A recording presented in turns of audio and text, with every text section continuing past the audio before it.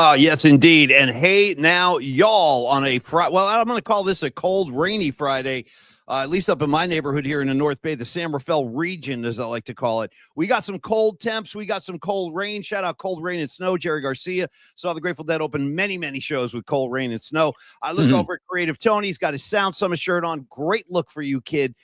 Thanks, bud. We could use some of those warm mountaintop memories today because every time we go up to Sound Summit, it's usually a pristine afternoon. But anyway, Creative Tony, how's your head today? How you doing after another successful night flight just a few hours ago? How are you, buddy? Dude, I'm loving it. I love the rain in moderation. You know what I mean? Like I lived in Portland for like almost 2 years, and that's a thing. That's the thing. How much it rains in Portland is an actual thing, right? And it definitely wears on your psyche. But the rain today, I'm down with. The rain this weekend, I'm down.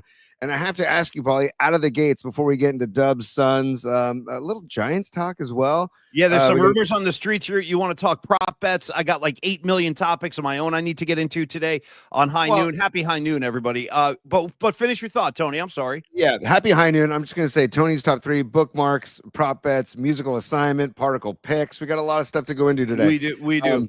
Maybe a little Live Aid recap if we can get Sons of Johnny Lee LeMaster to check in. I do. But I have one simple question for you today, Paulie. Sure. As the rain is falling. Yeah. Ronnie, Bobby, Ricky, and Mike, new edition. They asked one time, "Can you stand the rain?" And I just need to know the answer to that question, Paulie. Can you stand the rain? New edition style. I'll answer that question, but only under one condition. And the condition is that you, again, repeat all the names of the members of the band. Go ahead, Tony. It's Ronnie, Bobby, Ricky, Mike, and Ralph Tresvant. Okay, dude. Okay. See, that's the good thing with Creative Tony teaming up with me, Paulie Mac, because like between the two of us, we'll have an answer for you. Like if Tony's off the mark on something, like yesterday we talked punk rock and Tony's like, I got to yield. You take that one, but I'll yield to you when it comes to like, BBD and your late 80s, early 90s soul. Can I get some, by the way, just a little first side note of the day. Creative Tony, can I interest you in some Color Me Bad? Stuff like that. Like that's your wheelhouse. You love that 90s. I'll call it soul for lack of a better term. I want to sex you up, dude. That's TikTok. You don't stop, right? I want to sex you up. Yeah. And stand by just to give love right out of the gates. Got to do it. There's new edition back in the day. That's like Mr. Telephone Man era, right? Leave this up for a second. Let me examine this. There's a lot going on right here. I'm trying to figure out who my favorite is. I got a soft spot for my guy in the white jacket peeking out on the left, looking at like giving you a side glance. No, the guy on the left with the chains. That guy. Yeah, that's my boy. And I also like the guy far right who's got the dude, far right head tilt, little red turtleneck. Who is that guy? Can you give me some names? Dude, below that's Bobby Brown, right? And then above that's Ralph Tresvant, who he had a song called Sensitivity. You need a man with sensitivity. Don't get me started on. Shout out Tresvant. Yeah. Well, Ralph T, if you really want to go. I do. And then Ronnie, Bobby, and Ricky. No, I'm sorry, Ricky, Ronnie, and Michael. Right? Yeah. Michael Bivens, dude, because Bivens, that's Belle Biv DeVoe too. After New Edition, it was Belle Biv DeVoe. Bro, Bivens. You know what I mean? Great name, Bivens. All right, Creative Tony. Well, anyways, can you stand the rain? Can you stand the rain? Is dude, I'm all about the slow jams, man. Don't sleep on the slow jams, especially like in the late 80s, early 90s. Like Jodeci was another slow jam band. Come on, right? Come and talk to me. Right? How about Terrence Trent D'Arby? Can I interest you in a little Wishing Well? Great track, by the way. Great track. And Terrence Trent D'Arby kind of went he went like massively popular. And then kind of flew away. Then we never really got much more. But I was a fan. I like that first record. Isn't that the dream though? To like just make it for a while and make enough dough to live and then just vanish, right? Wouldn't that be like that's what I would prefer. Because I want to be able to walk the streets and I don't know, enjoy my public life. Yeah. Well, you're not getting mobbed by Paulie Mac particle groupies every time you step out of the house. I'm shocked because it's a mob scene. Every time I step foot, the paparazzi are in the trees, the groupies, they're throwing undergarments at me. It's just another day in the life. I'm kidding, of course. None of those things ever happen. All right, Creative Tony. It is high noon. Oh, my man, John, shout out Box of Rain any damn time, any damn place, under any damn circumstance. But you know what? Yeah. John, I think, is touching a nerve. Now, I don't know what Tony's got up his sleeve today, but we are going to get into our musical assignment. Here they come. We'll stop the race. You ain't kidding. Now, Creative Tony, I don't know what you got in your bag of tricks for our musical assignment, but something tells me it might be weather related. But we'll get to that a little bit down the road here. We got to show up by thanking our great sponsors at Longbridge Pizza, our good friends. Heck yeah. 2347 3rd Street. You swing on by there for the laid back vibe and the serious pizza. Say what's up to my guy Neil Denardi. He treats that every customer with TLC as he does as he prepares his food. Organic ingredients, the sourdough crust. I had my final slice of my Nico pizza last night, late night, after we finished the night flight. I heated up. Now I got one of these. I'm serious about reheating pizza, by the way. Don't come at me with the microwave.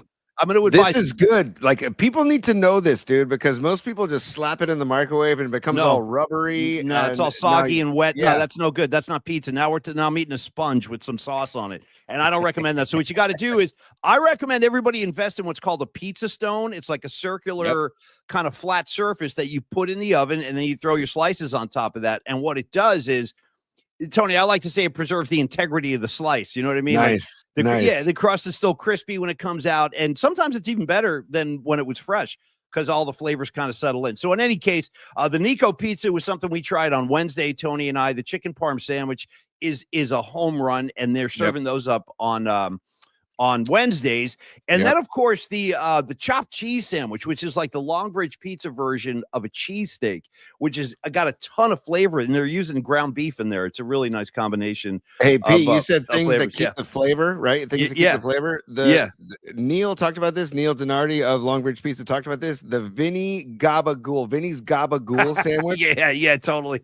Yeah. He called it. He goes, it's better a couple hours after, like not I mean, yes, it's good when you get it, but if you let it sit and let everything just kind of marinate, it gets even better with time. And I gotta also shout out the beer selection at longbridgepizza.com, because I'm at Longbridge Pizza on 3rd Street. Order on longbridgepizza.com. But their beer selection is ridiculously good too. And Dubs Suns tonight, 7:00. If you want to get your pregame, postgame, or watch the game at Longbridge, do it. 2347 3rd Street. I remember the address because I remember digits and jersey numbers. Yes, so Tony. I go McCaffrey, Rod Beck, nice. Draymond Green, and John Lynch. Okay. Those are like good one. Good one. So, I like Draymond and John Lynch. That's a couple of great champions right there. Okay. Very nice, Creative Tony, and we'll see you down at Longbridge Pizza. Check them out online at longbridgepizza.com. It's a great experience, and Neil he's just a rock solid dude. He fits in beautifully with our Polymac Particle community and his own community, the Vibe Tribe. He's got his own scene going on down there. And Creative Tony and I are talking about, with Neil, of course, with his blessing, we're talking about setting up like a watch party for a Warrior game or a Giants game, and we'll give you the information on that as it comes. But in any case, we'll see you at Longbridge Pizza. Yes, Tony. Real quick, too, we had a viewer / listener / PMP friend of the program. Yes, Sean last night. We went and tried out some Longbridge Pizza. So I want Sean to report back on his Longbridge Pizza experience, dude. Yeah, you know what? I'm glad you mentioned that. So yeah, shout out Sean. I saw that. He's going to head in there and check it out. I'd love to get his review. Couple of quick housekeeping items, Tony. Yes. For starters, I had an interesting experience last night. Let me see if I can find this, where I was essentially issued like a challenge on Twitter, on X, whatever you want to call it. And it's from my man, Javier Jose. I don't know if you have access to this. Shout out Javier Jose. Here, I'll read you the tweet. I'll find it while you're talking. He kind of put us all on blast. This guy Javier said, "I'm sick of your guys' lack of hockey coverage." So let me read you the tweet as Tony sees if he can pull it up. He says, "This is from Javier Jose at Mr. Javier Jose on X." He goes, "When will KMBR cover Paulie's pod Save Us? I double dog dare you to spend at least 10 seconds on the Particle Pod just saying the freaking score or something of the Sharks game. The Bay wants hockey coverage." There it is. Tony's brought it up for you. Okay. Come on, man. You can do it. I like it. Yeah. Okay. Shout out Rob Schneider and his buddy Adam Sandler. Creative Tony, we've been issued a challenge, and I'm ready to talk Sharks hockey. Let me just say a couple things about my hockey pedigree, if I may. So a lot of people probably don't know this because we don't talk a lot of hockey on the show, and we did not talk a lot of hockey on the Murph and Mac show either, for a variety of reasons. One of them, the most important being, I think people would be interested to hear this, Tony, but I know that this is a fact. This is true. I can actually point an accusatory finger and blame somebody else on this one because it came beyond. No, we were actually actively encouraged not to talk hockey because there was fear in the management sector of the building, if I may. And by the way, that's a sector I tried never to like walk down. I tried to stay away from that side of the building. I really did. No, dude, there's like an invisible wall between sales, management, and then programming. And dude, once Drutzy left the building, my buddy David Drutz, he was a sales manager, one of the greats of all time. Once they got rid of Drutzy, I'm like, I'm never going down there again. And I basically never did. But in any case, I wanted to say that we were told, like, hey, you talk hockey, people are going to tune out. You shouldn't be spending all this valuable airtime talking about the Sharks. Now, the years that they went to the finals, there was a little bit of an exception. Things loosened up. Ralph Barbieri started talking a lot of Sharks hockey. And here's the funny thing. People probably don't know and maybe don't even care. But when I was a teenager in New Jersey, Tony, hockey was my favorite sport. Nice. And I played hockey. I was a monster Ranger fan in the 1980s. So most of my hockey, like serious hockey years are behind me. I do keep an eye on the Sharks. In fact, I watched the game last night. It was on ESPN. It was an ESPN game. Shout out to Seattle Kraken. Dude, the Kraken, yeah. You get some Kraken. You get some Kraken hockey in you last night. I did. I got some Kraken in me. I did. Yeah, they cracked the Sharks 6-2, man. That was a kind of in hockey terms, it's an ass whooping, dude. Right? Well, it was an ass whipping, and it was unfortunate because it was a nationally televised game. We got to shout out this rookie they have, Macklin Celebrini. He's their stud, 16 goals on the year. He's on pace for a 30-goal season. So I'm just throwing this out there to demonstrate, yeah, dude, we'll talk hockey. We'll definitely talk some hockey. Now, it's probably not going to – it won't be too often because I think most of the people in the community want Giants, Niners, Warriors, and we're here to service that. But, dude, there will be some hockey talk. I just wanted to address Javier and let him know he's got a place. He's got a place here in the particle community. Last thing on that note, Tony, and I know you got something to say, but I just want to say one last thing. I'm still very eager to encourage all of our friends who dig the show or you stop by once in a while for just a break from the madness that's going on in the regular world because it's nuts out there, man. And we're trying to just give you like a little safe haven. Like you just give you an hour of comedy and laughs and hanging out, little community scene we're trying to develop here. The best thing you could do for us is subscribe to the show. Creative and Dom, of course, old time hockey like Eddie Shore, no question. Creative Tony, is there a chance you could put up the subscription in well, and I'll just tell them too at Polymax Particles. Just go to YouTube and search at Polymax Particles and hit the subscribe button. And if you've already done that, thank you very much. And spread the word, right? Spread the word. Tell people subscribe on YouTube. Yeah, Rags is backing me too. Rags is backing me on my old school hockey pedigree. Paulie Mac playing hockey on the frozen lakes. We did it every winter. We would be out there all day playing hockey on the lakes. And Tony, I wasn't that good, but I had two things going for me. One, I was a defenseman, right? So my big thing was I could take the puck away from you. Like if you're trying to go around me, because I got a long reach and I had a couple of good moves, so I could take the puck away from you. And the other thing I had this one move that I would use over and over again to get around guys when I was stick handling. And it's really weird because I shoot righty. So my natural move would be to go to my right. But for whatever reason, I had this natural thing where I would go to my left. And I think I caught a lot of people off guard. So I used to get around people by going to my left. Fascinating hockey talk with Paulie Mac as I review my younger years. Dude, I love it. I love it. Hockey is a sport that I have the utmost respect for hockey players. They're the toughest. You would have been a great like left wing, dude. Small, fast, just blasting shots at the goal. I would have put you on left wing immediately because I know you're a lefty. Yeah. I mean, if I would have grown up on the East Coast, I probably would have. Just as a kid, hockey wasn't a thing out here. I know. But my son loved Pavelski when Pavelski was the Sharks, was on the Sharks, and wanted to play hockey. And we're like, dude, okay, we'll get you into hockey. And I was like, but you have to be one tough SOB to play hockey, man. You got to just accept the fact that you're going to lose a lot of your teeth. Right. Yeah.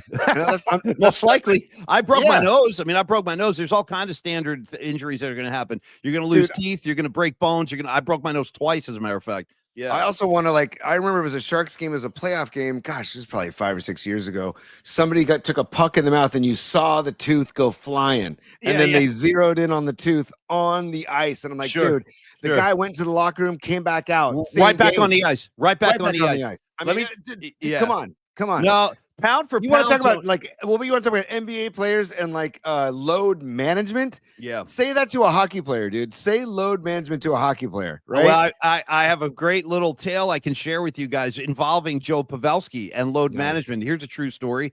A few years ago, when Murph and I were up at the Edgewood Classic, the golf tournament up in Lake Tahoe, it's a tournament they have every summer. It's right before NFL camp starts, so it's usually either late July, early August, right in there somewhere. Beautiful location, all kinds of stuff going on. By the way, also the location of the Donald Trump Stormy Daniels dalliance, if I may. I was up there at that same nice. I'm serious. It was at that. I know. It does. It gets loose up there. But I will say this. So we're sitting there and we're talking to Joe Pavelski. He sits down with us because he was playing in the tournament. And by the way, I think Joe Pavelski's a monster golfer. Like, I think he almost won the tournament. Or maybe he did. Yes. He's a good golfer. But I know he was like right there in the mix. He might have won the damn thing. But in any case, he sits down, and this is right when Popovich was starting with his trend of resting players. Hey, it's load management time. Tim Duncan's not playing. This guy's not playing. Kawhi's not playing. And everybody started saying, like, wait a minute. So when the Spurs come to town, I took my kid. I want to see Kawhi Leonard. He's not playing. Why? Is he hurt? Nope. Just taking the night off. Load management. Okay. So we were scratching our heads at that and being like, these guys are highly paid professional athletes. They're millionaires. Shouldn't they be out there playing when they're healthy? And I said this to Joe Pavelski. I asked him his thoughts. I said, the NBA is having low. Bro, he looked at me like I was from Mars. He was like, well, he goes, I go, do you ever see the NHL like with load management creeping in to the NHL where guys are just taking nights off? And Pavelski, he did. He looked at me like I was nuts. And he goes, when I come to the rink, I want to skate. He's like, I'm not there to just hang out. Like, I want to play when I go to the rink. Like, I'm a pro and I want to compete. And it says a lot about Joe Pavelski. But back to your original point, dude, hockey players might be the toughest athletes pound for pound on the planet because they play 80 plus games and the speed of the game. We talk about guys like Matt Breida in the NFL who can run, I think, 22 miles an hour, something like that, 23 miles an hour. Guys on skates are going 35 miles an hour. These guys are flying around, man. And it's one insane. thing. Final note on hockey, because we got a lot to get into. We're doing a big hockey thing. And it's all for my guy, Javier, because he threw the challenge out there.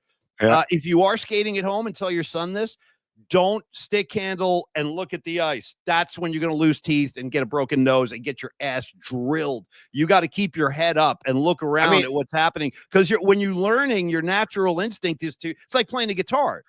I have to remind myself, Paulie, like when I watch Sharks games, I have to remind myself, dude, they're doing all of this while ice skating. Yeah.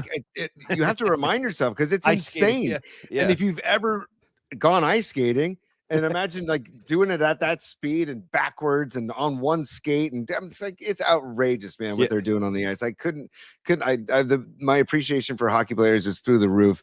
By the way, I just want to do this real quick because we're doing housekeeping at Polymax Particles on YouTube. And Dom, thank you. I put this comment up there for a while. Yes, hit the like button. And to quote Dom, like this bad boy, y'all. Because more likes equals more views in the YouTube analytics. Computer that sounds like Farhan's old computer. Oh, dude. By the way, that computer might be getting cranked up again. I don't know. Buster Posey's making very Farhan-like comments this week. Dude.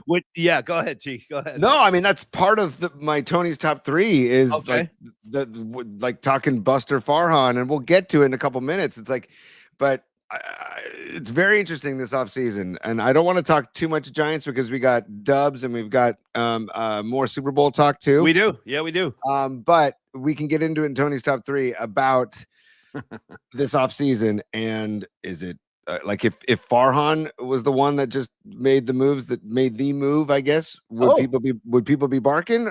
Or like, I don't feel like people are barking nearly as much because it's Buster and not Farhan. I'm wondering, if Farhan was still in the chair and he brought in Willie Adames, how would people be reacting? You know what I mean? I do. It's actually a very interesting way of looking at this whole thing right now. And do you want to save this for your top 3? You're saying, because I got some thoughts. Well, I have another part of the top 3. This would have been top 3, number 2B. So let's just. Well, I first of all, I would say I actually think Giant fans are starting to bark about this. I think Giant fans, because I'm seeing that a lot. Buster Posey came out, I think it was 2 days ago, and basically said something to the effect of, I kind of like our roster. Like, because somebody asked him, might have been Bags. I think it might have been Bags. I saw it was Andrew Baggerly, I think, who sent this tweet out with the Buster quote on Wednesday, where he said, I just talked to Buster. And I asked him if there will be any additional moves coming. It was something like that. I'm paraphrasing. Right. And Buster's answer was, I'll paraphrase this too, because I don't have it in front of me, but Buster said something like, yeah, we might make another move, but I do like our roster as it stands right now. So he's kind of laying the groundwork regarding Giant fan expectations that want to see like a game changer, a Pete Alonso. We've talked about that on the show, or somebody of that caliber. That's a game changer. Somebody who can actually come in and make an immediate impact. I feel like Buster was laying down a foundation to say, like, guys, cool your jets. This is it. This is the team. But I feel like, and I feel like Giant fans are starting to bark, Tony. And a lot of it is about, Lamont Wade and Yastrzemski. It's like the same cast of characters they're kind of bringing back with a couple of new faces. But in a broad sense, it's very similar to the roster we saw last year. I am excited to get a full season of Jung-Hoo Lee at leadoff. I am excited about that. I really do, because I think he's a bona fide leadoff hitter, and dude can run down balls in center field. He'll flag down anything. I mean, within reason. He'll be exciting to have for a full season in center field. I'm excited about that. This Bryce Eldridge kid, I hear great things about, but Buster even said that he's not ready. He needs another whole season in the minors, and it's like, okay, so then what's the plan at first base? And I wonder if Matt Chapman's going to mix in at first base a little bit too. I mean, again, God, I didn't know we were going to get deep into the Giants weeds, but I will say, go ahead. It's frustrating, dude, because I feel like Buster, I don't like what is he going to say? He's not going to come out and say, yeah, I don't feel so good about our team right now. You know what I mean? Yeah. I really don't like the way this is shaping up. Yeah. I got a bad feeling about this. Yeah. How great would that be? I got to tell you the truth. I got a really bad feeling about this season. I don't like the looks of our guys at all. Right. Yeah. Like, you know what, guys, actually just take this season off. We'll be back in 2 years. Just come on back. No, I mean, like, what's he supposed to say? But to that point, yeah, I do put a lot of faith and trust in Buster, because, as Ralph Barbieri used to say, because he laced him up, and that does hold a lot of weight. Look at John Lynch. He laced him up, right? But I will say this. Go ahead. Finish your thought. I'm sorry. I have, remember we should joke around about in Farhan we trust. Well, you did. I never said that. That was one of your mantras. Yeah. Well, yeah. And there were times you trusted as well. Farhan, hold on to me. He came here for you and me. We had our moments. Sure. Yeah. I said, Farhan. Finish that thought. That was our little Eddie Money Farhan tribute song. My point is that I have to put my faith in Buster, because right now I'm not feeling all that excited about the opening day lineup. I think that's fair. Yeah.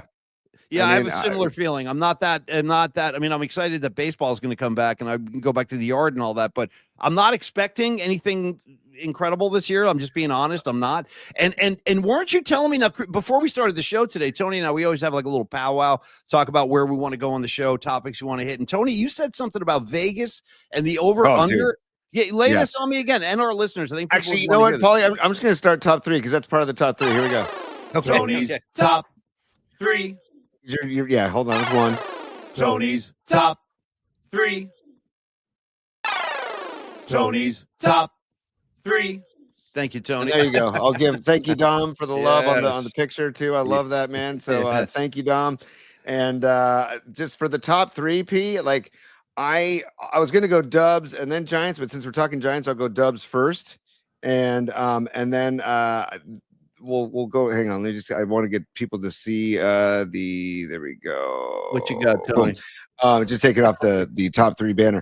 I'm cool if you leave that up for there for the rest of the show. I got no problem with that, by the way. None. I really don't. And by the way, I'm going to still maintain that those images, and thank you, Don Peralta, man. Don Peralta, that one. God, that looks like a cannabis strain label. Doesn't it does. I mean, I could see that like on a glass jar, dude, and I'll take two. I'm going to be like, give me two of those. One sativa, one indica. We'll see what works best. But anyway, Dom, I want to tell Dom Peralta that he's kind of like becoming our unofficial art director of the show. You know what I mean? Fine.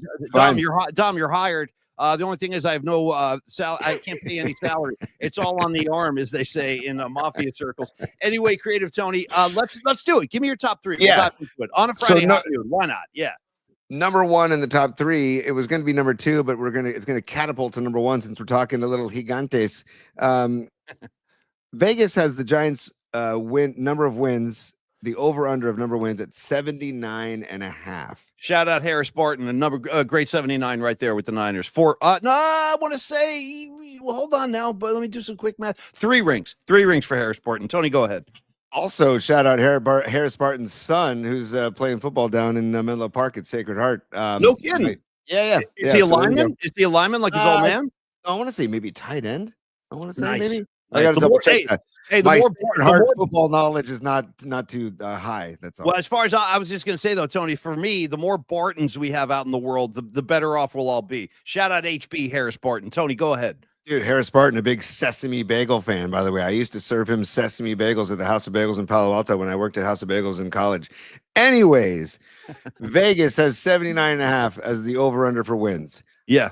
Larry Bear, Giants CEO Larry Bear was talking earlier in the week, and I forget the source. I want to say it might have been 95.7 the game. I'm not positive, but I know Larry Krueger was talking about it too, our guy Larry, on the Krug show.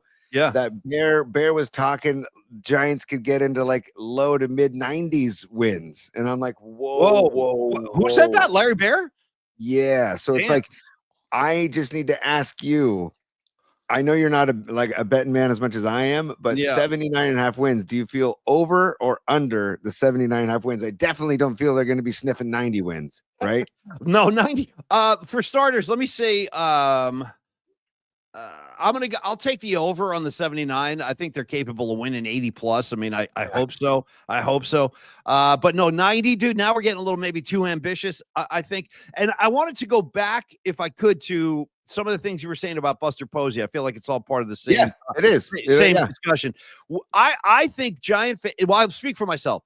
I think what I was hoping for, and maybe we'll see this, we might see this, is that Buster Posey and the appeal of his pedigree and his resume would be able to bring in bigger, more high-profile free agents, because that's something the Giants have not been able to do, as we all know.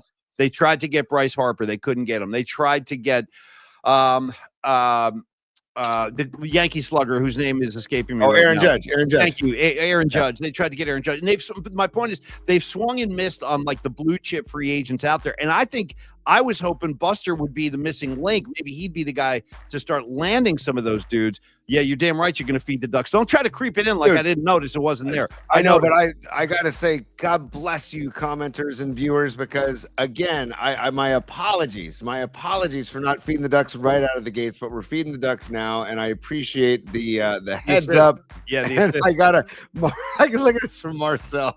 Feed him, Tony. See, Marcel, that's right. You cut the crap and start feeding them, Tony. Right, Marcel? I feel you on that one. What's up, Jamar Stamp? What's up, Nathan?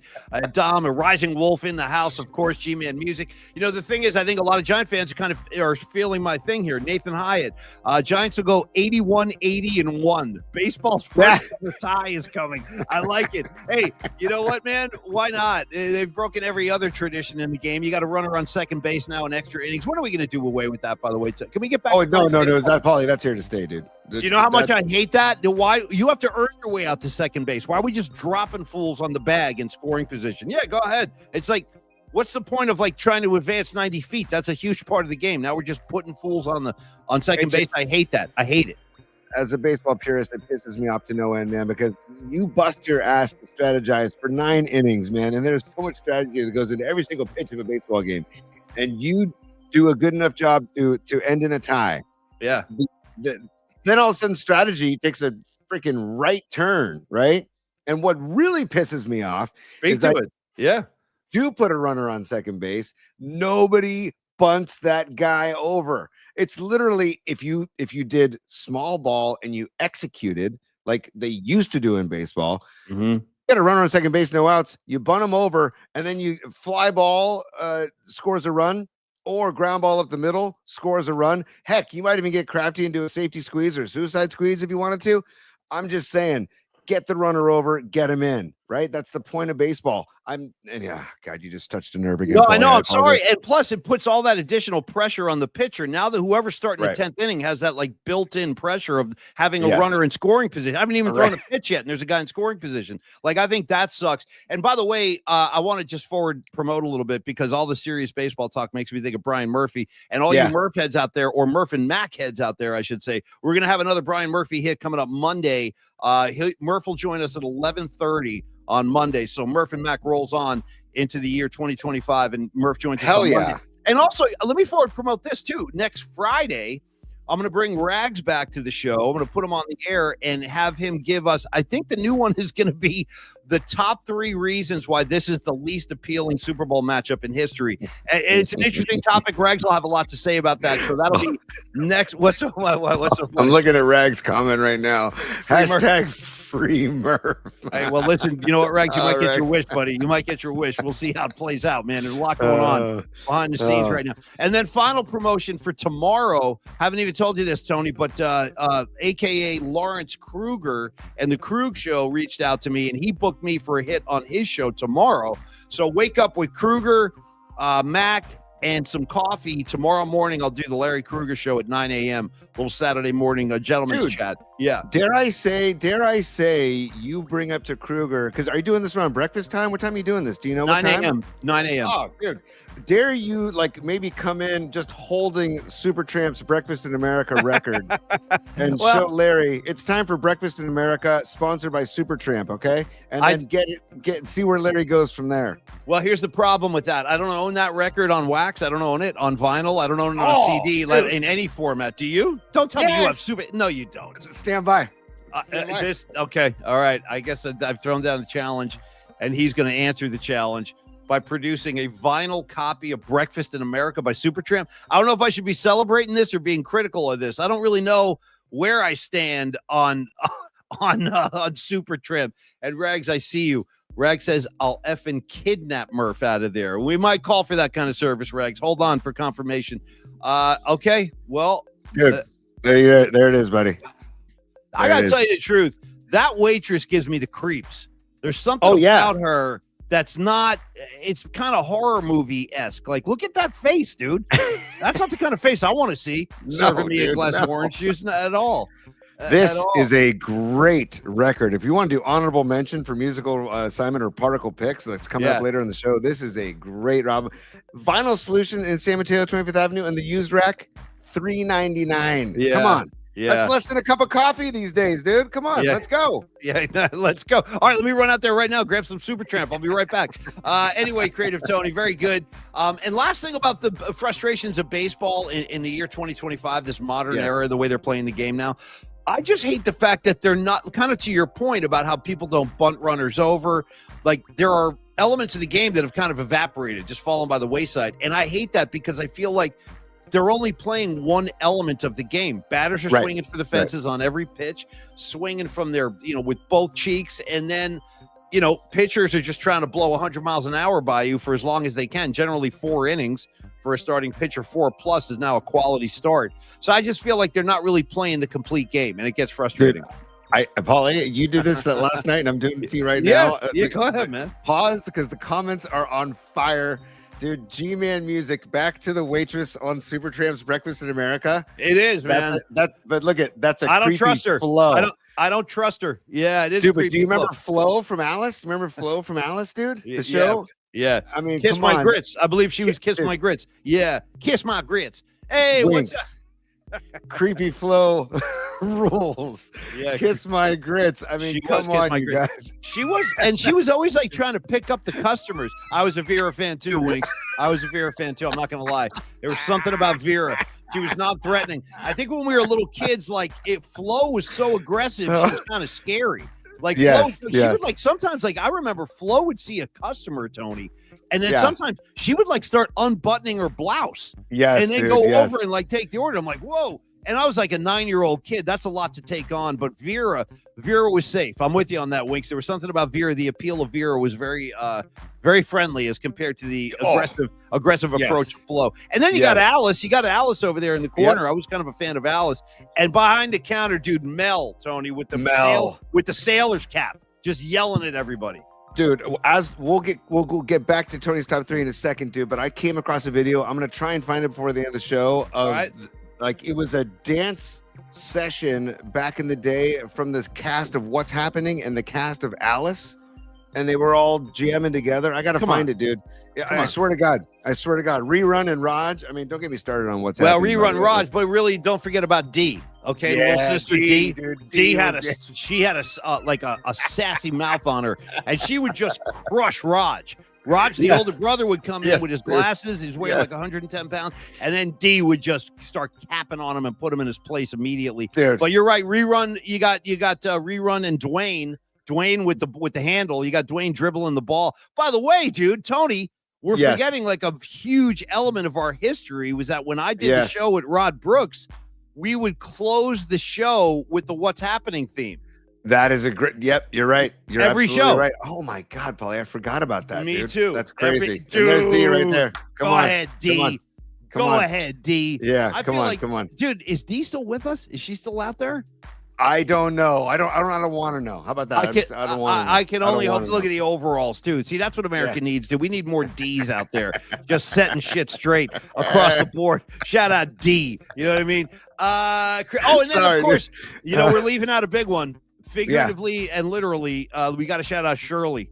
Got to shout out Shirley at the hamburger shop. She had the comb was like in the back of her hair, just stuck in there. She had the comb, and she'd just be walking around.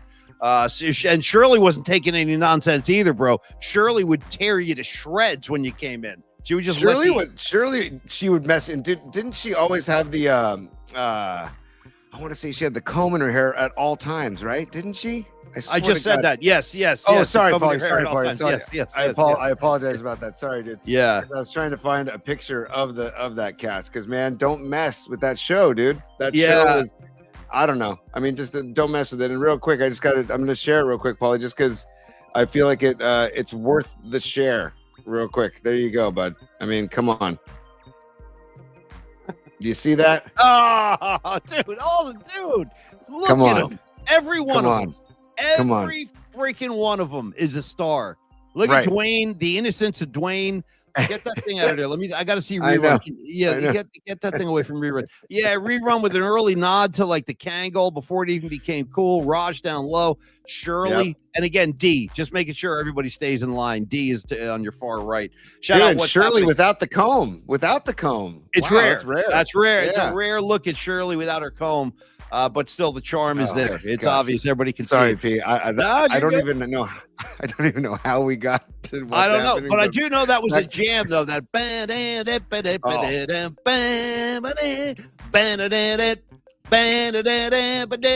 Boom, boom, boom. There's like a bass line. And then the keys. Anyway, Creative Tony, your top three rolls on now. Number 2, because I think we've had enough Giants talk for the day. Number 2. Okay. Dubs Suns tonight, dude. Yeah. By the way, pregame, postgame, Long Ridge Pizza, 4 blocks away from Chase Center. Do it. You won't. A 7 minute 3-second walk from the station to the door of Long Bridge Pizza. We timed it. From the 22nd Street station of Caltrain, 7 minutes and 3 seconds was my walk time, and I took my time too. So you could make the 5-minute threshold if you wanted to, if you really wanted to show some hustle. But Dubs Suns tonight at Chase Center. Sorry, dude. You got Booker and KD coming into the house tonight, right? The Suns are 22-9 when Booker and KD play this season. The Dubs beat them last time out. Okay. Yeah. But KD has scored 31 and 21 against the Dubs in the 2 games they've played so far. Booker didn't play last time they played and scored 27 the other time. My question to you, Paulie, is how are they going to stop? Because if you look at the it's like a 1.5 point spread. Like these two teams are pretty evenly matched right now, almost similar records too. I think there's like a game that separates them. Totally. Yes. How do you stop KD and or Booker? Well, generally speaking, Wiggins is going to be part of that equation. Wiggins generally takes on the opposing team's best scorer. So you're going to see Wiggins in the mix. GP2 will have a hand in it, too, with his defensive prowess.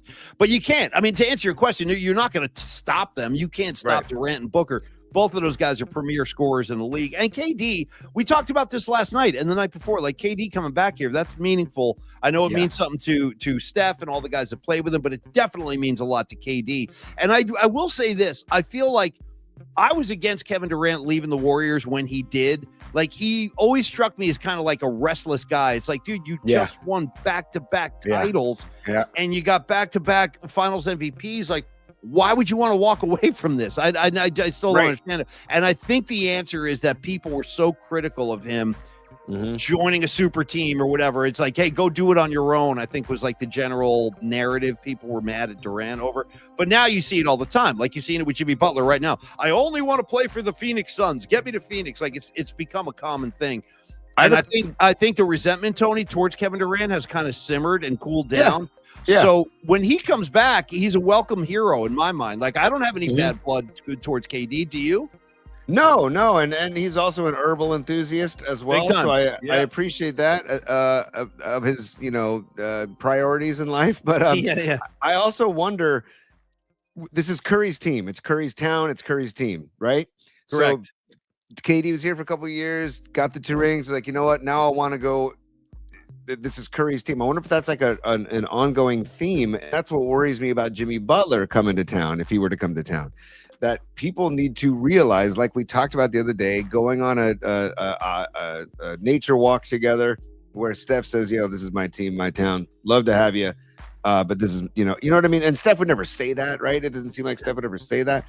But people need to realize that. And I wonder if KD realized that and was like, okay, I'm gonna go out to other pastures, not necessarily greener, but other pastures. Let me ask you a question. You're talking about you're saying going on some nature walk. Where do you recommend these nature walks occur? Like dude, right? Just like 2 miles from my house down here on the peninsula. I just did this yesterday morning.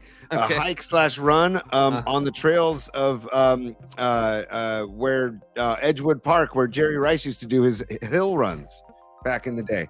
Did you ever hear about Jerry Rice Hill, where he used to go running up the hill? Right. So it's like that hill is right by my house. And so I go up there running all the time. Yes, dude. See, Tom knows Edgewood Park, right? See, there you go. Yeah. Edgewood Park. That's where I would go, Paulie. You would probably go what? Headlands? Where would you go? I go Headlands. There's so many trails up here, man, in the North Bay. I literally don't have to go far.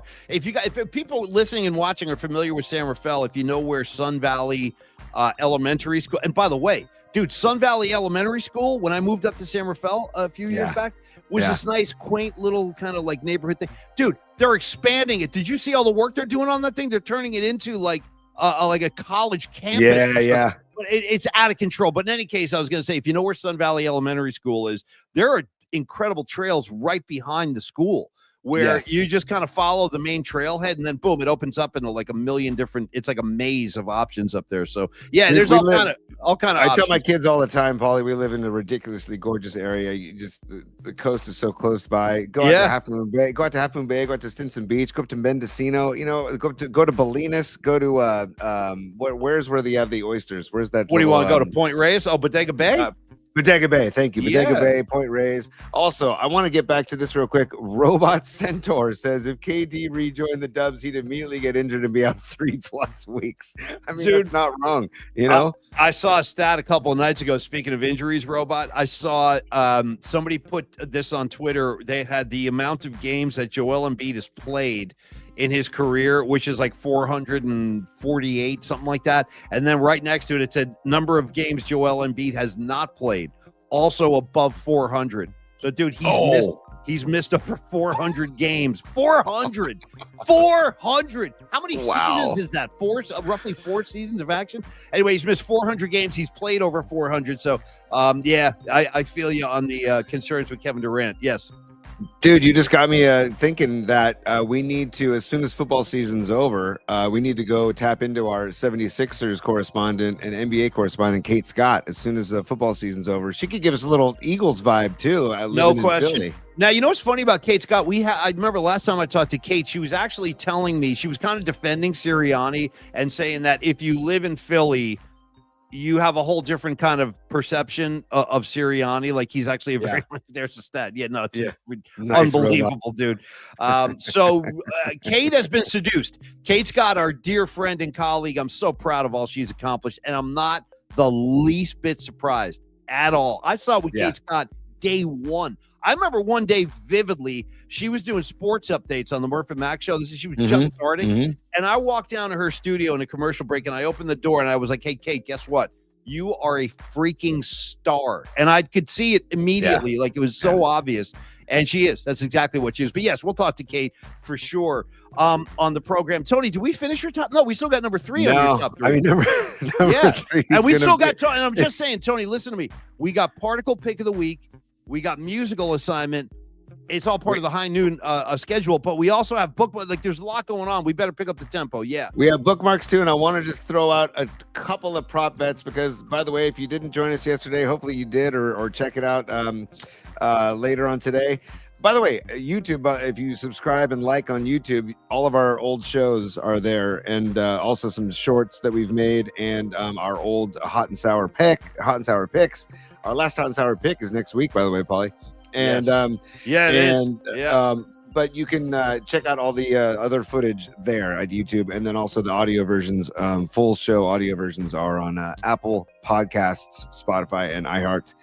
Just search Polymax Particles. Sorry for the housekeeping, but number 3 in the Tony's top 3, Paulie. Yeah. I only do this because we were talking about the movie Grease yesterday, right? Yeah, as we should, as we will, as we're wont to do, and as we will again many times going forward. I'm just saying, get ready for a lot of Grease talk, Grease analysis, Grease power structure. Who's the lead? You know what I mean? Like there's going to be a lot of Grease talk on the show. Go ahead, T. But it veered me into the category of the greatness of Patrick Swayze, and I just Patrick. Well, what does he have to do with Grease? He has nothing to do with Grease except for the the 80s movies greatness, right? Yeah. And that it was the same way I was into Grease as a kid, Swayze movies I was into also. Sure. And I need to know, and rest in peace, Patrick Swayze. I know, I hate that. And by the way, side note, Tony, I'm going to say Patrick Swayze would have fit in quite nicely in the Grease cast. You could have cast him as Putsy. Shout out Putsy, by the way. He doesn't get the press. Putsy's part of it. He's part of the T-Birds. He's in the gang. You got to give him his due. Putsy's out there. So he could have been Putsy. He could have been a great Kaneki. Hell, he could have done Travolta's role, man. He could have been a good Zuko. But in any case, I interrupted. I'm sorry. No. I just want to know, because there's a good chunk of them. I've always said that somebody should release a Patrick Swayze movie box set. What is your favorite Patrick Swayze movie? Oh, wow. Me right now? I got to do this? Yeah, this is number 3 of 20.3. It's the wild card. Well, it is a wild card, and I'm racking my brain. Well, there's a couple now. There's a couple of Swayze ones that are coming right up to the forefront. Okay, again, we've talked about this before, but one of my favorites of all time is always going to be Point Break. And Swayze as like the lead villain, surf guy, Robin Banks wearing the Ronald Reagan mask. It's hard not to be seduced by the appeal of Patrick Swayze, the surfer bank robber. Okay. Yes. But at the same time, same freaking time, if you think I'm going to stand here as an American citizen, okay, with the flag, if you think I'm not going to salute the friggin' greatness of Swayze leading a pack of angry high school kids in Red Dawn when the Russians are coming in, dude. The Russians are parachuting in and taking over a high school. By the way, the premise of that's nuts. I don't know why they want to take over a high school. If they're like looking to overthrow our government, what are they doing out in the woods, like taking over high schools? But that's what happened. Swayze was only dealing with the hand that he was dealt. Okay. Next thing you know, Swayze's got a renegade band of rogue rebel fighters, all these high school kids. Shout out C. Thomas Howell. He was up in the mix. I think Jennifer Grey was one of the young ladies who was up there also.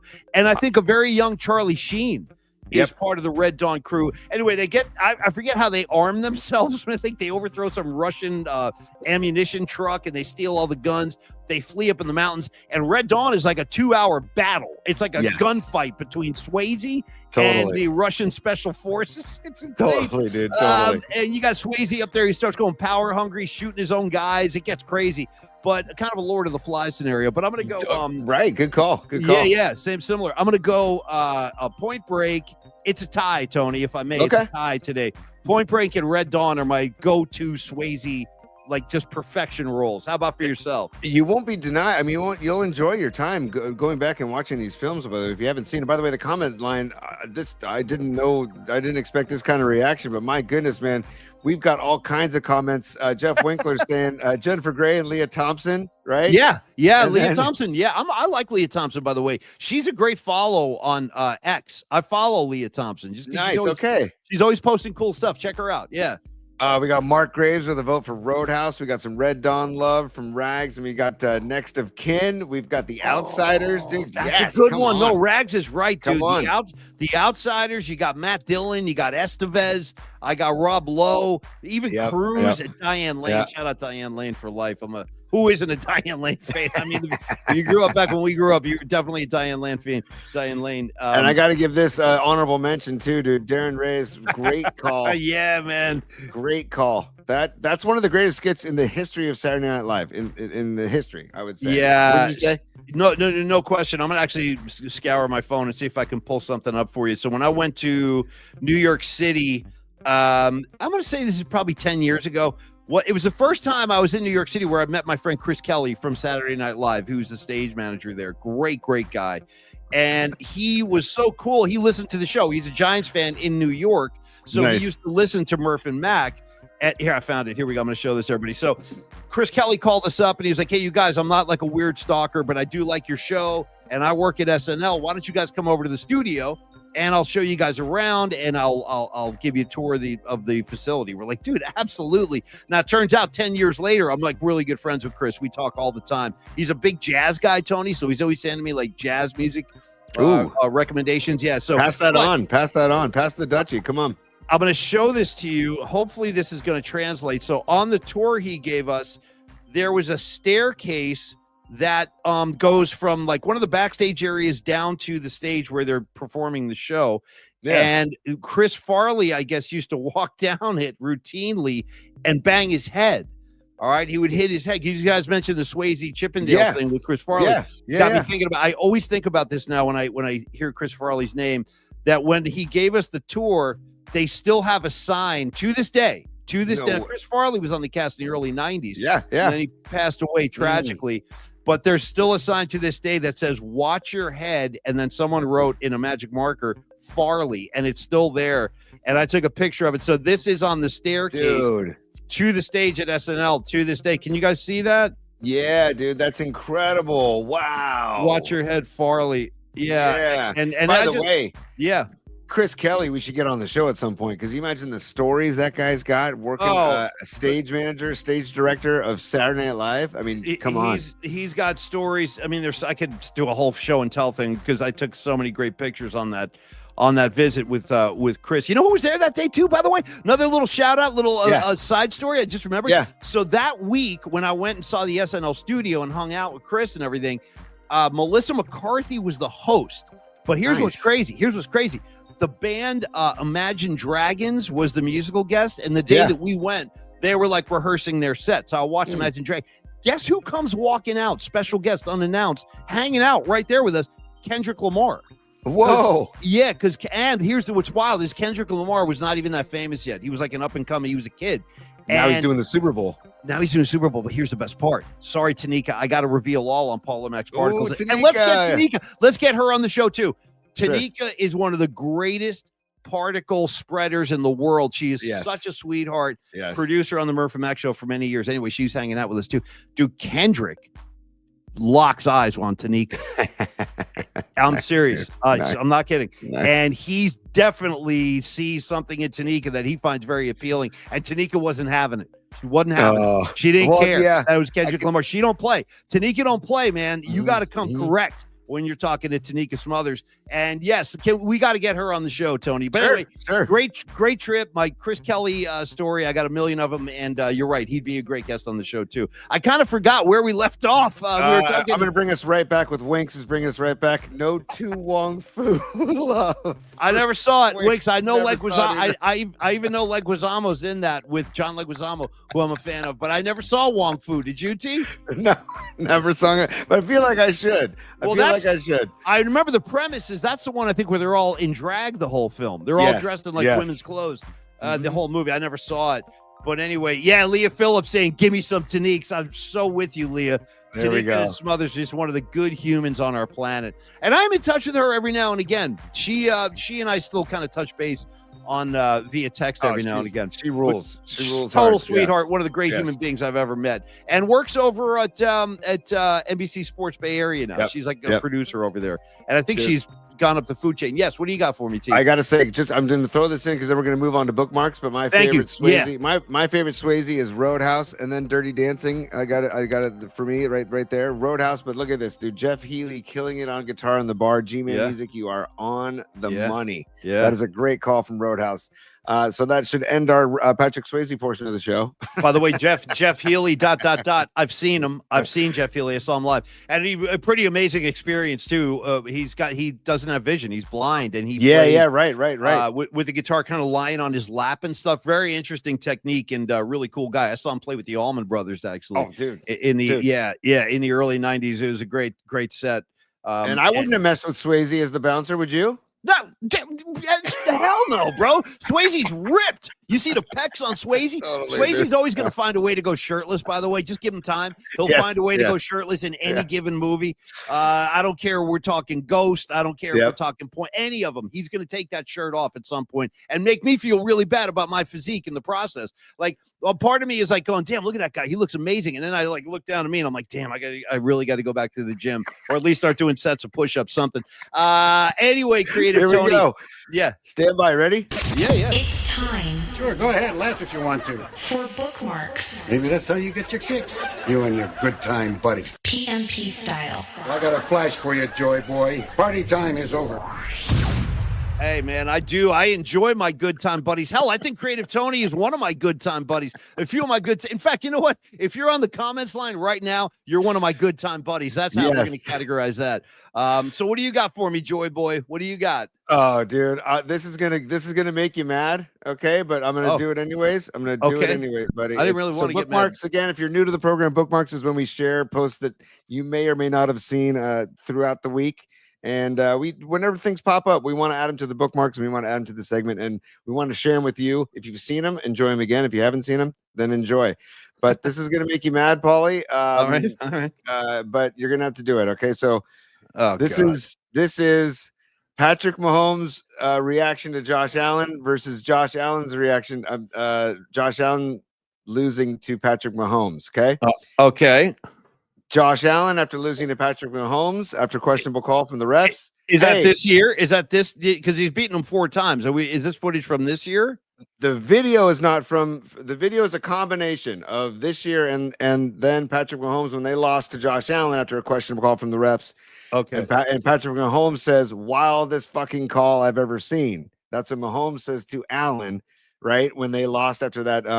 What a douchebag, dude. What a dude. Like the one day he didn't get a call that went his way. And again, I want to remind everybody the refs made the right call. Somebody lined up off sides on the Kansas City Chiefs, and the ref had the gall to throw a flag. Right. And Mahomes starts pissing and moaning to Josh Allen like a sore loser. And if anybody should not be a sore loser on the planet, it should be Patrick Mahomes. He ought to thank his lucky stars. He's where he is. Tony, go ahead. Dude, correct. And also, you did right. By the way, you did make me mad. Now I'm mad. I was having such a nice, but yeah, it was all going so well on a High Noon Friday. My friends are here. We're all hanging out. We're talking good time buddies. And now I got the Muppet. You're angering me. But let's finish the thought. Yeah. This is revenue up for next week in our Super Bowl preparation. So, but I just want to reiterate that Josh Allen says to Patrick Mahomes, "Hey, go get another one," after they lost on Sunday. Yeah. Mahomes, again, I can't believe that call. I can't believe they made that call. Look at the call they made. I can't believe it. Wow. Look what they did. So, anyways, moving on. Okay. Let's just see Cam Newton. Go back. Yeah, I'm gonna get there. I'm gonna get there. I saw the hat, dude. I'm like, the more Cam Newton, the better. Go ahead. What do you got? So this is interesting. Former NFL senior VP of officiating, Dean Blandino, who also will do network footage of like he's the ref, or I mean he's the rules analyst on on network games. Yep.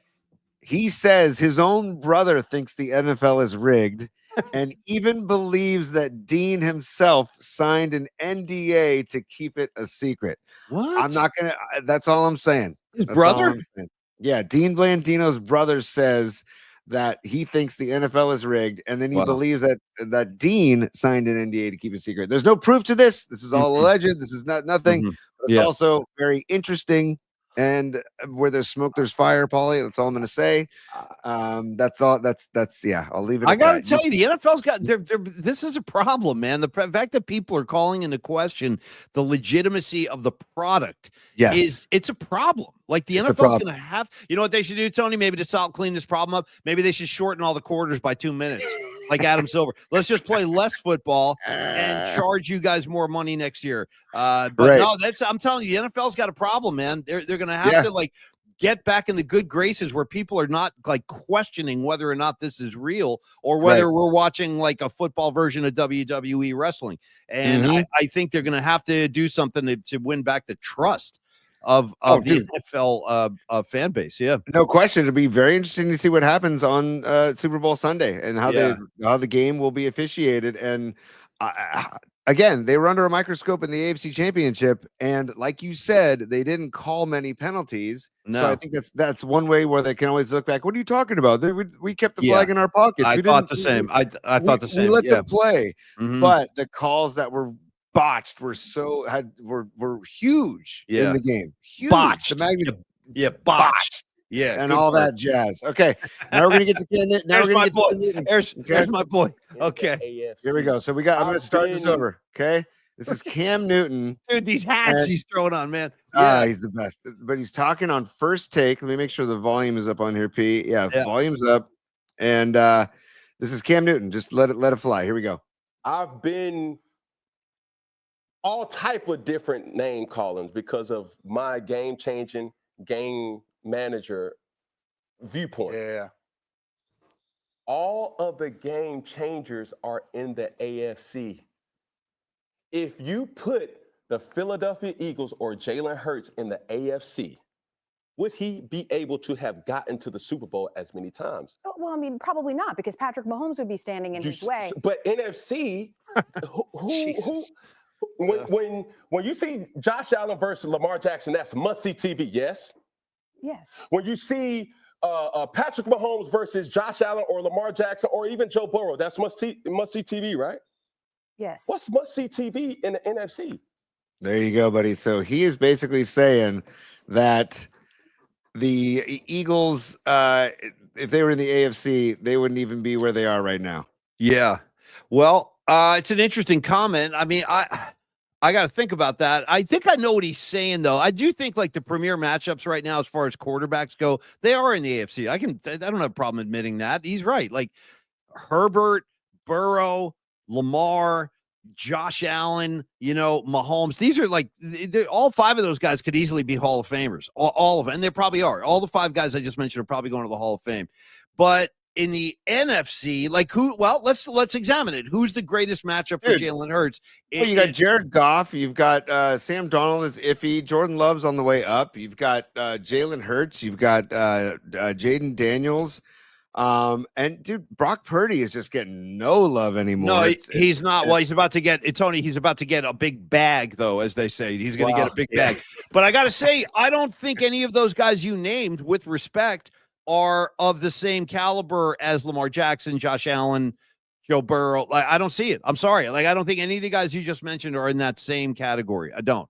Okay. I mean, that's how I see it. Yeah. So it's also my thing. My thing is, why is it like, why? That's just a weird point to be making. I feel like, well, maybe the hat had something to do with it. I don't know. And by the way, the hat's insane. Now, and that's not even the craziest thing I've seen him wear. Not even close. Right. Dude, we got to get Dante Whitner and Cam Newton like in the same studio and have like a fashion off. You know what I mean? Like a runway showdown. Like Dante comes out strutting, goes backstage and changes. Cam comes out and they just keep changing outfits for like an hour. I would like to see a runway smackdown between Dante Whitner and Cam Newton. Quick question for you, Tony, on the style. Okay, on the style of Cam Newton.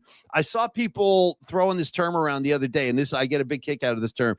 They're like, dude, look at Cam Newton's clothes, man. He looks so stupid. And then another guy would come in and go, no, he doesn't, man. That's steampunk. He's rocking steampunk. Let's pause right there. Tony, steampunk. Yeah. Okay. Yeah, it's a thing. What are we doing? Can you define steampunk for a novice like me? Steampunk. And it's not punk rock. It's got nothing to do with punk rock. Steampunk, Tony. Paulie, I don't even know because yes. You know, it's like Spicoli and Fast Times. I don't know. And then Hey, Mr. Rising Hands, Wolf, I Rising don't know, right? So Rising Wolf hold on. goes, it's a playa thing. I guess so. I guess Nice, it is a dude. playa thing. Nice. I ain't no playa, Nice. so I don't know.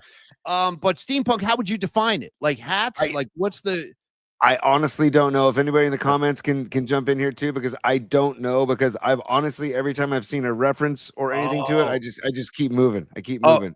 Okay, I see what's going on here. Okay, Rising Wolf is starting to put this thing together. He's going the playa down at Burning Man, that style like you see, and I know what he means, like the goggles, kind of that Mad Max Road Warrior thing, like picking up pieces of trash from the road and sticking it on your shoulder, you know, like debris, like wearing debris, stuff like that. I think I know what he's saying. Okay. But steampunk, it's baffled me, and whoa, here we go. John we're Joseph, getting a lot. it down. Look at this. Steampunk is an 1800s look with an advanced steam powered dude, that's way too complex for me. When I get up, I'm like, what's clean? You know what I mean? What's clean? Are those jeans clean? Give them to me. I'll wear those today. I don't have time for steampunk. It's just too expensive and too time consuming. Tony, any chance you'll rock a steampunk look next week on the Particle Show?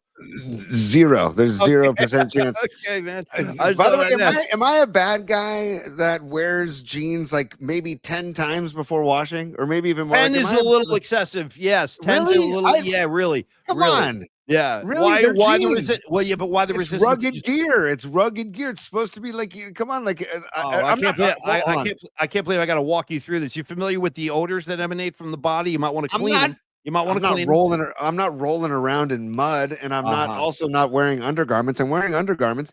I'm just saying that jeans are meant to be worn and worn and worn, I believe. And I actually remember talking to somebody in our Levi's shopping spree, Paulie, that we were fortunate to get a few years back. Beyond fortunate. I'm wearing my stuff right now. I got Levi jeans on right now from that. Dude, we had our own. Paulie and I each had our own designers, and I looked at him and I'm like, dude, there's nothing you can do with me. Incredible. It was an incredible experience. Give me a button-down shirt and a pair of jeans. I gotta tell you though, I felt now I know what like Lady Gaga feels like, because we had our own stylist fussing over us, like try this with this, try pairing this with this. I'm like, you guys, it was like pretty crazy. We're the two most unlikely guys to have stylists fussing over, but it's a true story. It happened. Yes, look at this, Paulie. Rising Wolf, 1 pair per week. Thank you, Rising Wolf. And look at Sons of Johnny LeMaster. Limit washing jeans. There we go. Okay, I got to pause. The festivities. So Sons of Johnny Lee was at the Fire Aid show last night. Tony, I got confused because I confused that gig with the gig that's happening tonight. Tonight is the Music Cares Grateful Dead celebration. Tonight, right. I thought that was last night, so I misunderstood. The gig that he saw had people like the Red Hot Chili Peppers and Stevie Nicks, and there was a big list of great artists that were performing at the Forum in LA last night. All the proceeds going to fire relief. Now tonight is the Music Cares Grateful Dead thing. It was a bang thing. I got the dates mixed up. Sorry. Yeah. Still on that note though, did you see any of the footage of Dave Grohl's daughter playing with Chris and Dave from Nirvana and playing Nirvana tunes? It was all apologies. I think she's saying all apologies. Yeah, I did see a couple of things. Yes. And then St. Vincent did the song. I want to say "Breed." I think she sang with hell of a song with Chris and Grohl from Nirvana. So Johnny. And there was another one too. There was another one. Kim Gordon, a bass player. I know, Sons. We're talking about it right now. Kim Gordon from Sonic Youth. Also played, I think she played School off the first Nirvana record, Bleach. You know what's crazy about that too is Kurt Cobain. I don't know if people know or care, but I do know this, that Kurt Cobain was basically, he saw himself as a feminist. He really did. Like he was all for like women's rights and stuff. So that's why they're honoring Kurt's kind of legacy by having all female performers sing his stuff. I think that's kind of cool. Like it's that, fantastic. if you notice that, like no dudes singing the songs, all women, different women coming up. I thought that was kind of cool. And Grohl's daughter can sing. I mean, she did a great job representing the Grohl family and the next generation of the Nirvana tree, right? Yeah. Sons of Johnny Lee Master. I just want to get this out there for people. Sons of Johnny Lee Master is a great follow on social media. Just search for him. And also he uploaded a video from last night's set. So we will definitely get to that Sons of Johnny. Kind of feel like we got to come up with like a nickname for Sons of Johnny LeMaster instead of saying Sons of Johnny LeMaster. Well, he's AKA Hank from Long Beach, but I think he prefers the Sons of Johnny Lee handle, which is fine. Like I can go with that. I just call him Sons of Johnny Lee. That's all. Sons. Or can we just call him LeMaster? Because I don't think Johnny LeMaster would mind. Oh, I never thought it'd come to this, Tony, but other great sons. Let's get into it. Sons of Johnny LeMaster. You got the Sons of Anarchy. Not a bad show. I watched it start to finish. Shout out Jax Teller with his, trying to run the Sons Motorcycle Club. Not a gang, a motorcycle club. Yes. Any other great sons out there I'm forgetting, Tony? I could say Son of Sam, but that's not something we want to celebrate on the program. No, I don't think we want to celebrate that either. But real quick on Sons of Anarchy, I believe that the writers, the people that did some of the writing for that show were former Hells Angels. Yeah, there was one of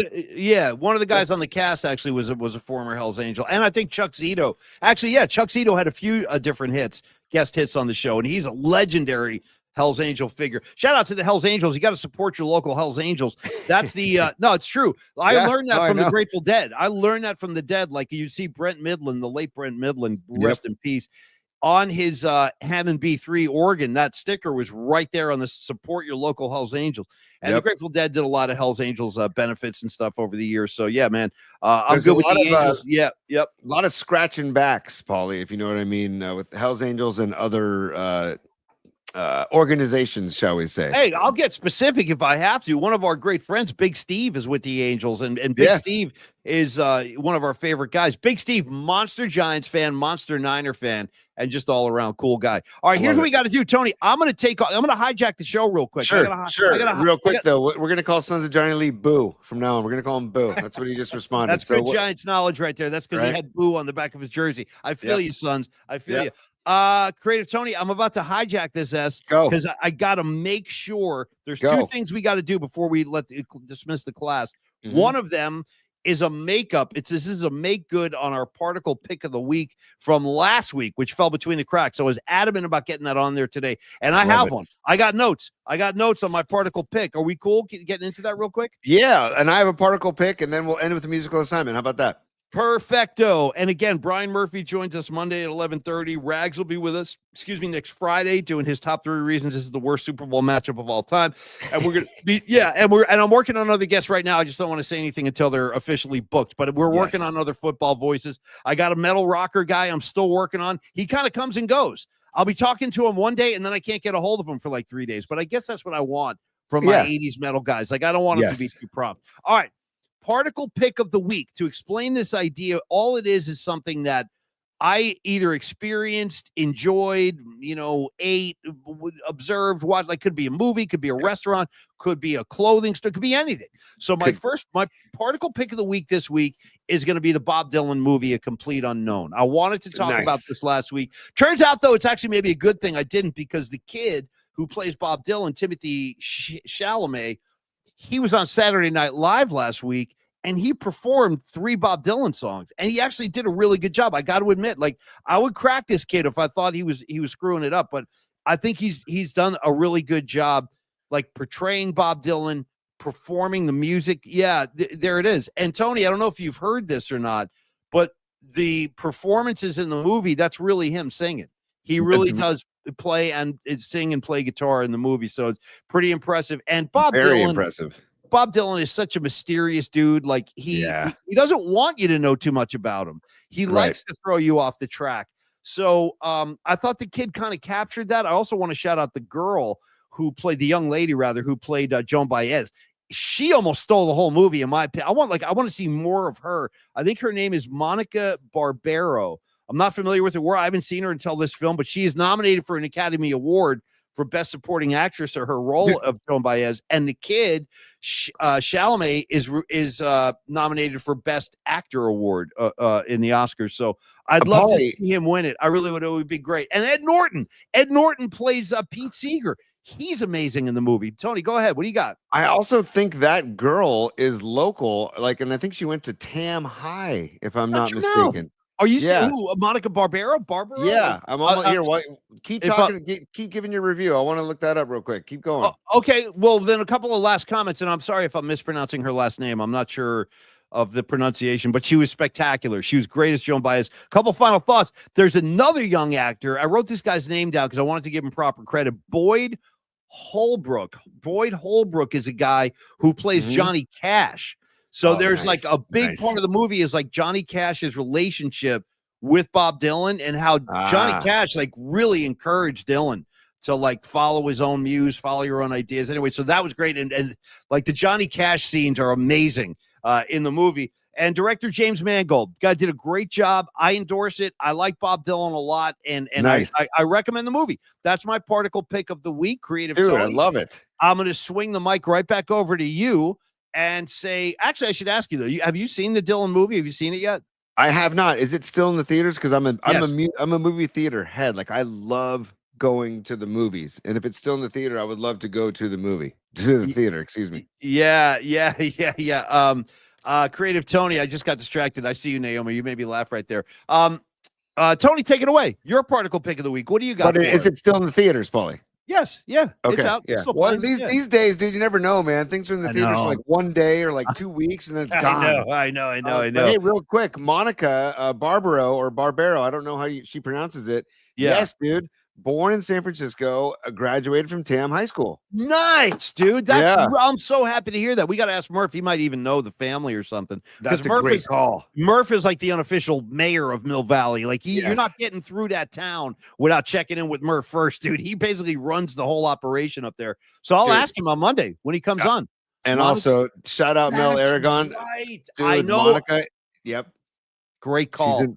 Great call, Mel. Great Yeah. call. Dude, by the way, this is my buddy Mele. What's up, Mel? Thanks for joining the program, dude. Yes, she is in Top Gun Maverick. And by the way, those of you who have not seen, I hope you have seen Top Gun Maverick. If you haven't, do yourself a favor, please. Dom.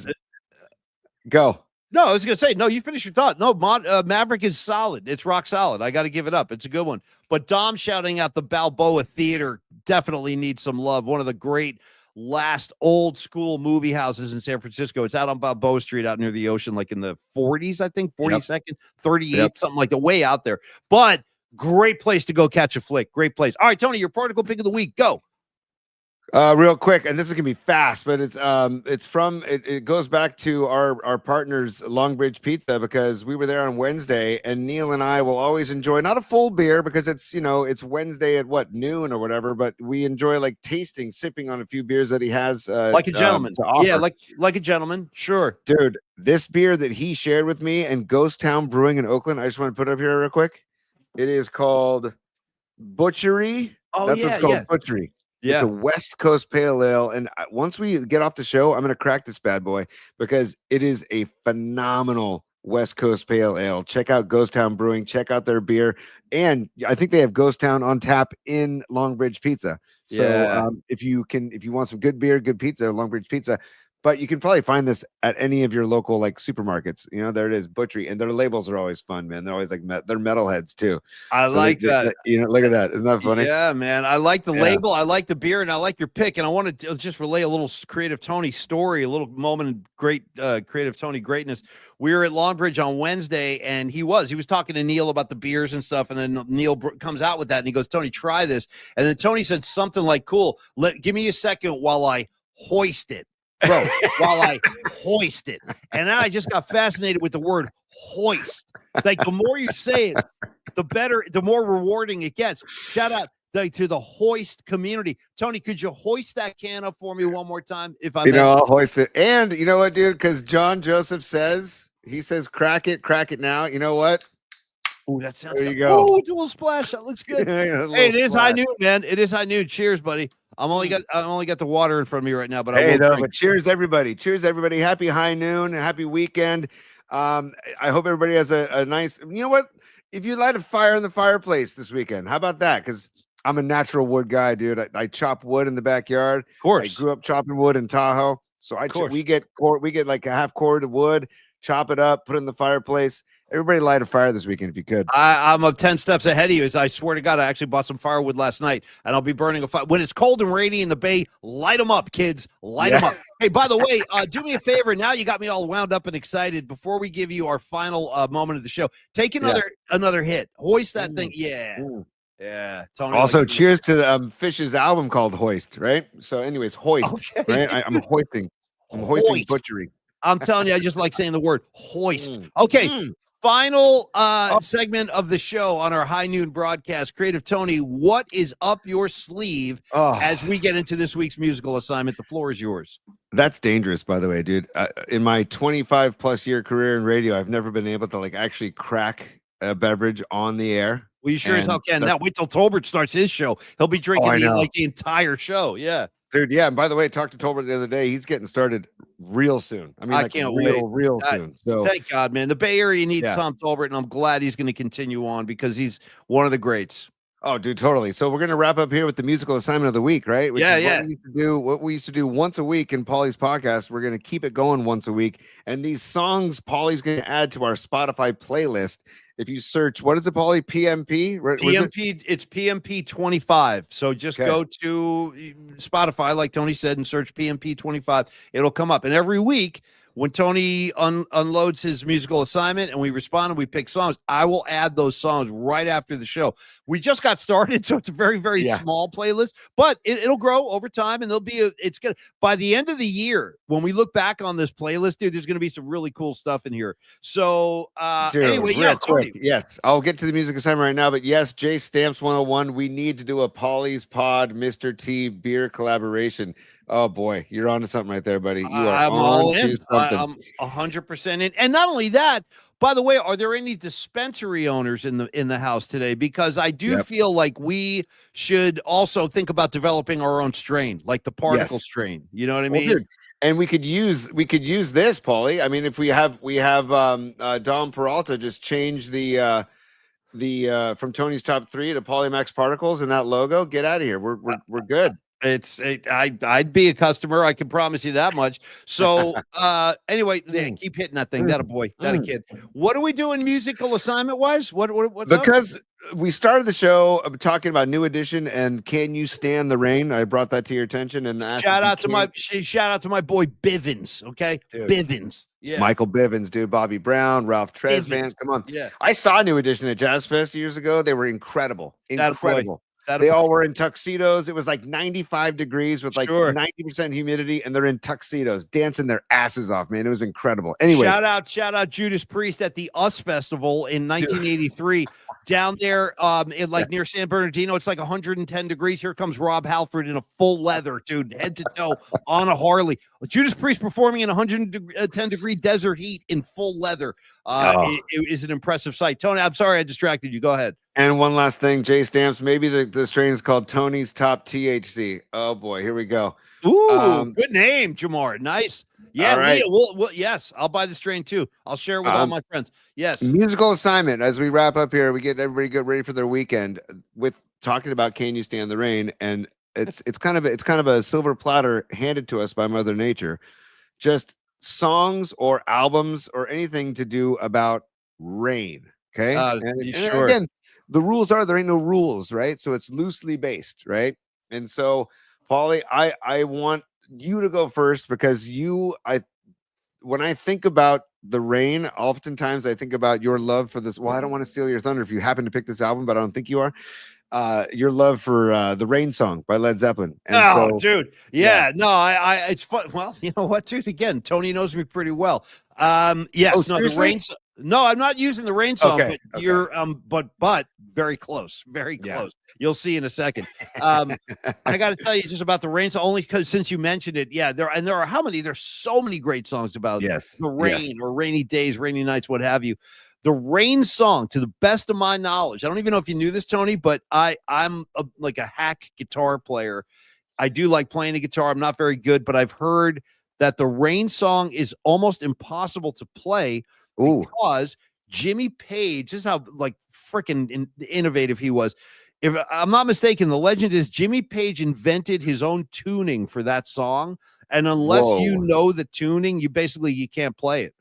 So that's outrageous. That's just Jimmy Page being Jimmy Page, man. And that's why it sounds so incredible. Like there are the chords he plays in that song are so unique sounding, and that's because he screwed around with the tuning until he found this weird set that he liked, and that's why nobody knows how to play the Rain Song. Like, it cannot be performed unless you know that tuning, and he ain't giving it up. He ain't about to tell you a secret. So shout out to the Rain Song.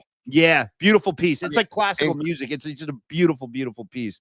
Wow, dude, that's Wow. I mean, So, I'm not surprised. I'm not surprised, but that's incredible stuff, dude. And by the way, the comment line is thank you. I mean, the Rising Wolf just, I don't know. Looks like rain, y'all. Oh, they're all Grateful Dead. Totally. Blind Melon, I guess no rain, but looks like rain. Yep.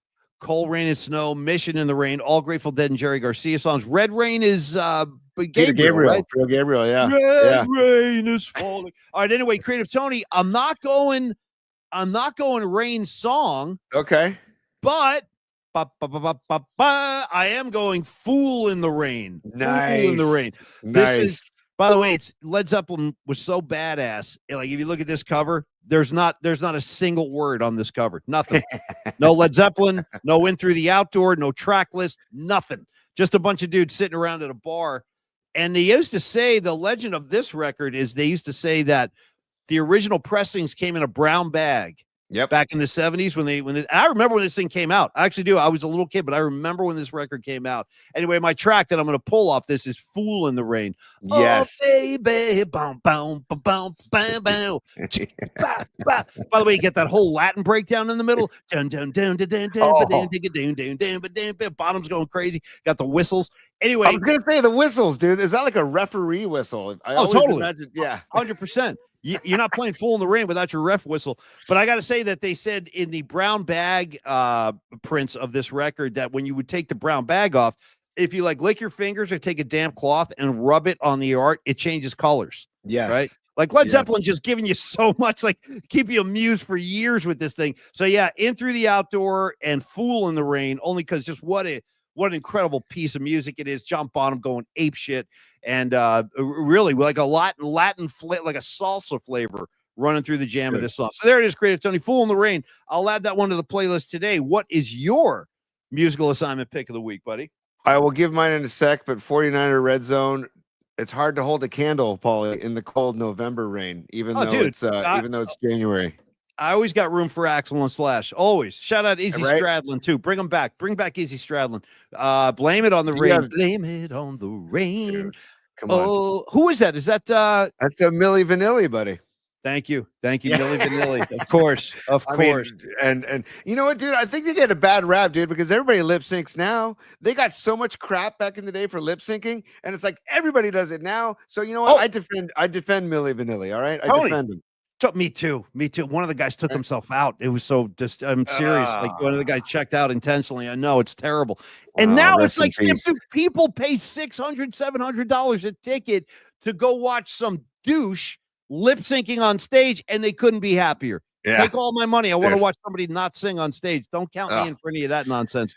I like my music live. Yeah. Yes. And NorCal Refrigeration HVAC with the little icon, Purple Rain. Rag said earlier too, Purple Rain. Yes, one of the greatest songs ever about rain. So my song, Paulie, or my album, or my dedication, my musical assignment is not anything labeled rain, but you know how much. What do you need when you go outside in the rain? You need to put on a raincoat, jacket. A raincoat or a jacket. So Paulie, you know how much I love the band My Morning Jacket. So I'm going to give you one of my favorite albums by them, My Morning Jacket. It's called Evil Urges. I can't emphasize this album enough. Evil Urges by My Morning Jacket.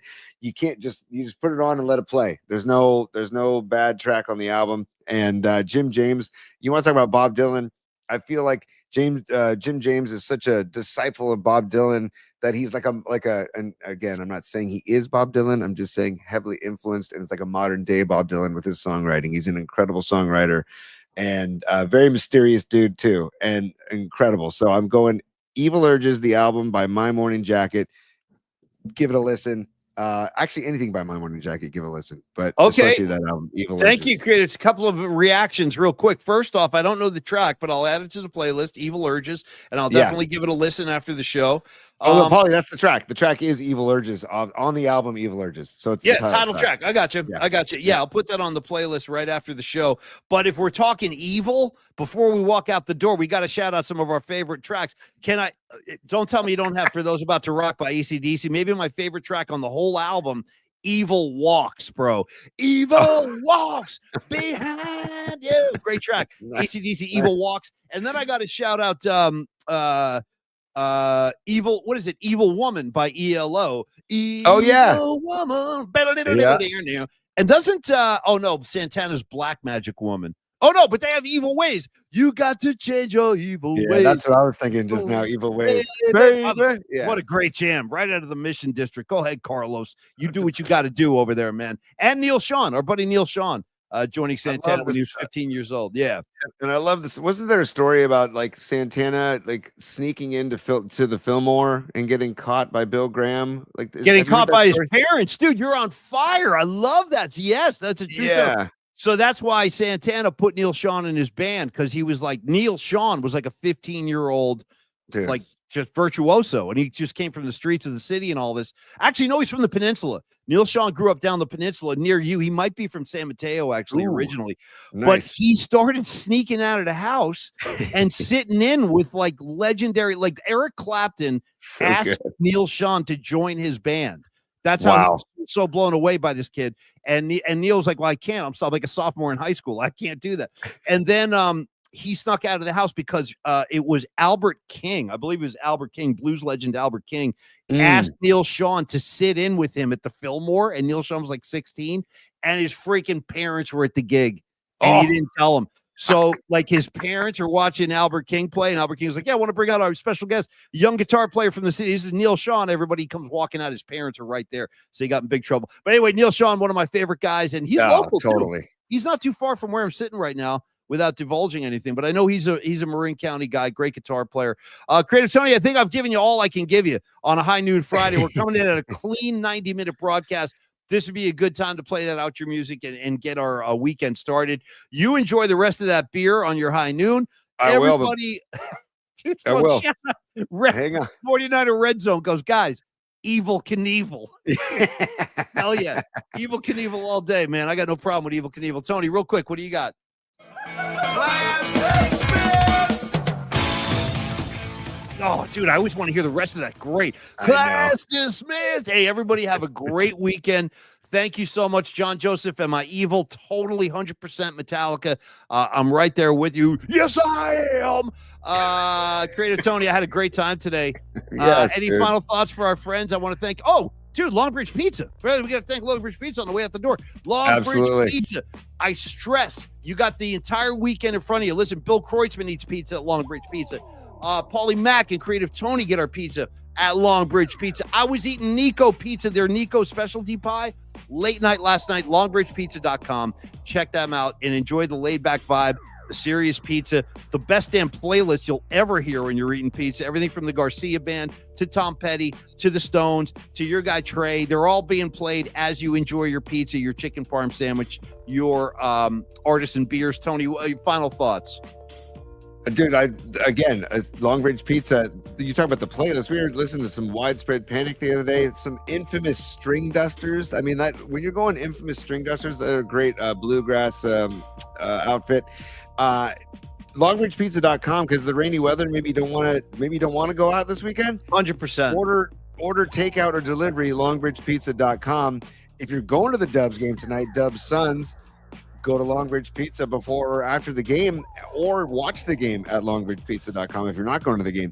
There's many of options, but they're there to help you and feed you and make sure that you are well fed. And then right there on 3rd Street, 2347 3rd Street. Would love those guys at Longbridge. Neil, man, I think Neil's going to the game tonight, I think. Yeah, I think he is. Yeah, you can look for Neil at the Suns game tonight. And if you're walking by, you're walking down to Chase tonight on 3rd Street, definitely hit Longbridge on the way. LongbridgePizza.com. Enjoy. Hey, Michael Kroll, I see you, buddy. I see you out there. Great to see you in the comments line. Rag saying, great session, my West Coast friends. Have a great weekend. Cheers, everybody. And don't forget, now you all have a friend in New Jersey. Now that Rags is part of the community, dude, you go back to Jersey, you give Rags a call, you'll be in good hands. What do you got, Tony, on the way out? I see you. The Vibe Tribe. Rising Wolf Rain equals grease for particles. I mean, dude, hashtag PMP. Are you down with PMP? Yeah, you know me, Darren Reyes and Rags.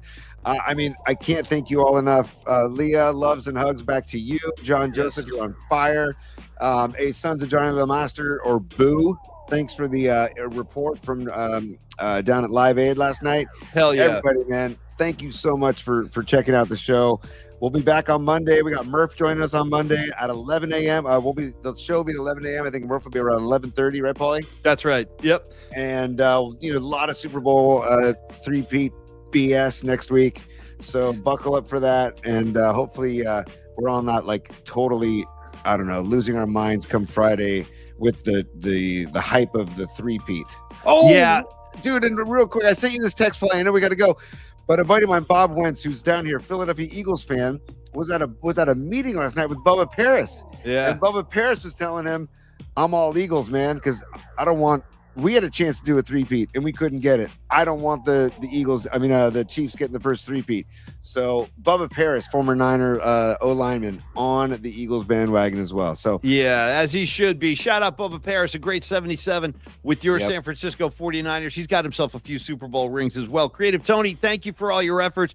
Great time today. I really enjoyed the show today and last night. I think we're kind of getting into our groove now. Yeah. And the particle community is starting to take shape. Encourage your friends to subscribe. That's what we really need to move this show forward and give you the best product we can. The more subscribers we have, trust me, the better off we're all going to be in the long run. Winks, Red Zone, 415, John Joseph, NorCal Refrigeration, Regs.